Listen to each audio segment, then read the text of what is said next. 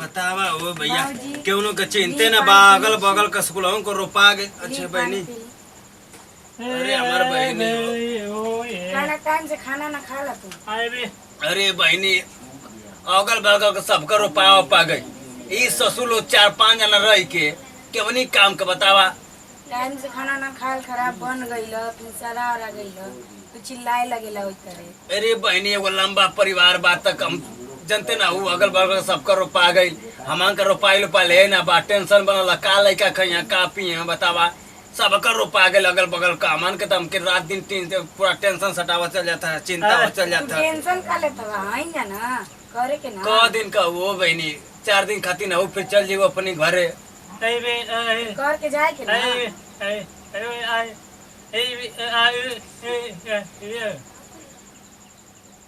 खेतावा हाउ हउए जवान साहू का रोपा गई कहिया रोपाई हउ बगलिया के खेतवा हैं बतावा के ओके चिंता बा बस हमई के चिंता बतल सब तो हुरे वाला बा। एक थरिया खा के ससुर लोग पाड़ा नियर ढकरत हम मोटा हम बस बढ़त चले हम मोटा चले हम टेंशन बा हैं।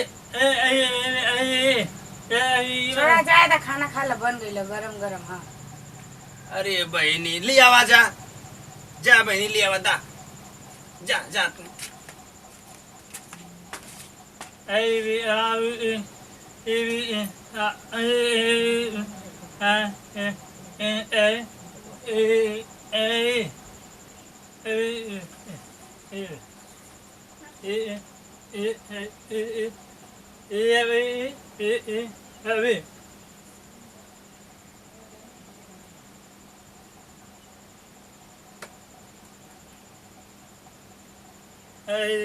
सार खरा बा तब्बे न रोपबा रोपबा तो बड़ी तब्बे न फरी तो फरी तक कटबा अगई से सार बड़ा ले न तले काटे लगला।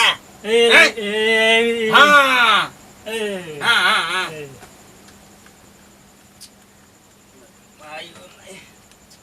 ले हो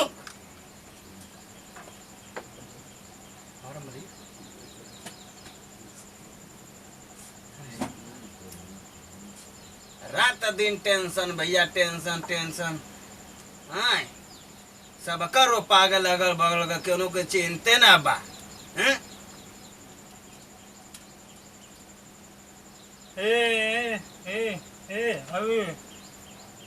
अरे सार चश्मा उठू वाला लेंस वाला उठुआ अखिया खराब हो जाई।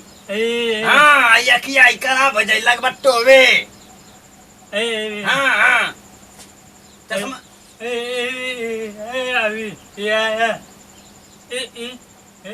होई बियावा होई तो आर। हाँ बिया होई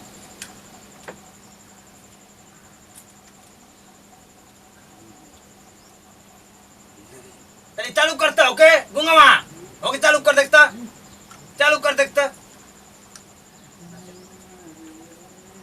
ऐसा ससुर लोग गई ना लोग।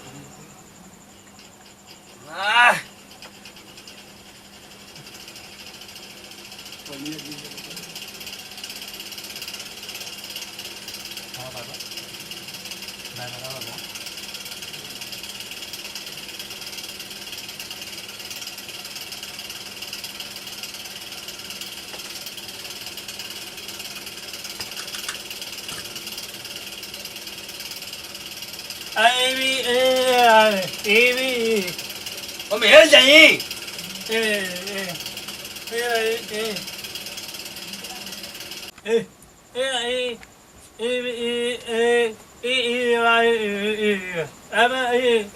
हाँ भैया एक आध गो गुरु चवल आ जात 4 गो बाल बच्चा हम त अपन के करी कब धरी के दे हो भैया अपन लइका अपन आनी सब खाई ठंडाई गर्मी के दिन में माथा भइल तो आई भइल कहाँ के कैसे देत बा के हो आजकल तो एगो देखता भैया घूम फिर के तो एगो लिया जात पाड़ी उड़ी त अपन सब बाजल रहते ही में नहीं ठीक कहत हो तू ठीक है कहत बा एक आध गो लिया आई जाई। हाँ लिया जाई त अपन मेरा रू लेका ओई में फसल है कोनो घास भैया। हाँ भैया कोनो घास करी कोनो लेना डाली कोनो कुछ करी।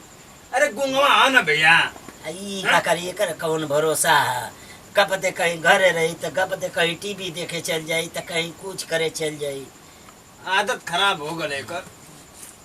अब का ले ले बड़ा अब वही मेहरारू समरिया सर। हाँ भैया। आ तोरो कोनो भरोसा ना चल जीबा कपते गांजा पिए त चल जीबा पंडित जी के आईबा 9 बजे रात का त कहबा कि खाना 10 गो रोटी से रा जाई त कहबा कि ठंडा दे थबा सा हैं तो के केहू जो है तो आर कमन भरोसा बा। ए भैया एगो देख ला ले ला लो जला। हां हां लिया जल्लू पतो रानी। हाँ। हमें कतने ना हाँ। एक आध गो भैंस से लिया जात हाँ। तो 4 गो लड़का छोट छोट बाड़ा हाँ। अपन दूध दही अपन समय से मिलत खैता पियता। सही बात हां है। दा सुबेरे ही से जा घर ले हम लोग भैंस खाते काहे ना ले लेता बा। अब गुंगो परेशान कैले है। हां चला एक आध गो लिया जाबे ने। ठीक है। हाँ लिया जाए ठीक रही। का कल जाए घर में बैठ के हम रोपनी हो ही गई बा। सब कुछ तो हो ही गइला। हाँ अब खाली ये बाड़ी रही तो जाए। अच्छे ना रही घर में काम उम देव दूध दूध कुल काम आई। हाँ। हम अपन बहन के दूध दूध भेजवा देव। हाँ। और कहाँ? और ये अपन माई के अच्छा हाँ घी उ भेजवा देव। अच्छा चल ए गुमा चलता हूँ तने मार दे डरा चलो। हाँ। चलता। हाँ तब का अच्छा एक और हमारी मतलब दीदी के भेजवा दे। अच्छा घी मंगावत रहनी इतना दिन से बोलत रहनी हाँ यही से।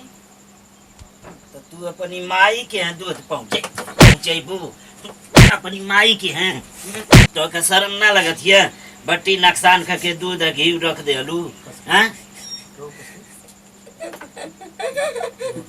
समझ में ना आओ काहे मार बहुत मारी ना काहे मार बट्टी दूध दही इधर उधर बाट गला हाँ काहे मार बट्टी नुकसान करके रख गला वही के पैर अभी में तू हूँ लू हाँ जा अपन काम देखा जो कर तो कर लेके चल जाए घरे तू हम चल जा जा अरे वो कैसे लेके जाओ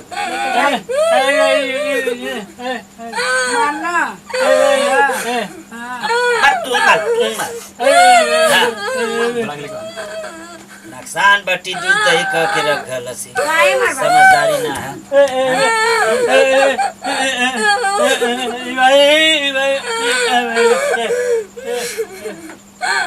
न रे हाँ पिटाइली हाँ मरले हाँ हाँ काहे के मरले रे बट्टी दूधवा दैया नैहर पहुँचावत है हई हाँ ऐसा ऐसे आई बे न कही तू दे तो कोचाव लगल अरे लड़की का पूछा पहुँचावत है कि ना पूछा तो से कहलस ना पहुंचा जाला हां लड़की के सामने रहला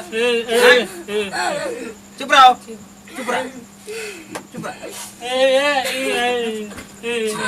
चुप रहो बताओ का हो गई लोग कैसे झगड़ा करत हो का हो गई हीरा जैसा पत्तो हो के हमारी मार के बेदीन का हो कर जाला गई सही ए का हो गई सारा खुद गंडर ये मोटाइल बाऊ अभी यो ये हम के मारे काय मरला तू मतलब ये भैंस खाती परसों से चिल्लात हूँ हाँ। तो हम कहली हम भैंस ले जा हाँ। तो ये बट्टी दूध हवे नहीं है अरे, दूध पहुंचा गुंगवा। मतलब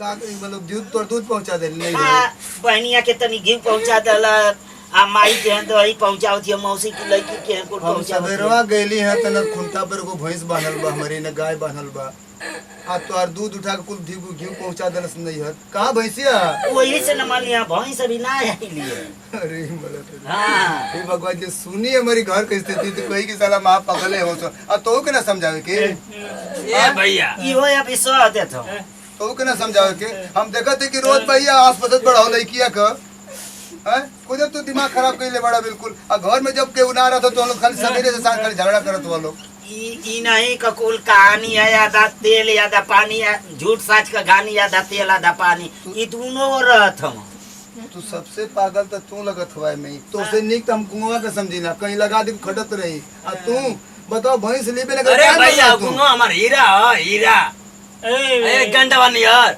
लड़की का भैया एगो मान न लगी इनके देते उनके देते बतावा ई देखने त अपन मारत बा पूछला बहनी से का बोले रे बहनी मार देना उठ के मारी ना जा सदा आज की बात मरिया मत, आज की बात सुन ला। परिवार में अगर बढ़िया से ना रहा तो हम मरबो करब, दोनों जने बता देते। ज्यादा भैया आज की बात ना मारा, लेकिन वो का खर्चा पानी तू वहीं देबा, घाटी बड़ी तो तू वहीं से मारबा। सबका हवा पियत ह, सब ना खाता, जौन सब खाई वो तू वो खाई, आ जौन खाई तो तू खाईबा। तब चला जौन तू कहा था बताओ ना। दोबारा झगड़ा मारपीट ना होखे। आज ये भैंस खरीद लिया तब झगड़ा कर, दोबारा सुन ले कि ना, जे सुनी को हंसी ना हो थू करिया। तू जा तो लड़की का आज जो रोज बोका ना पूछत बड़ा, जे ना जो रोज बोका पूछत बड़ा का कर पा सारा भाई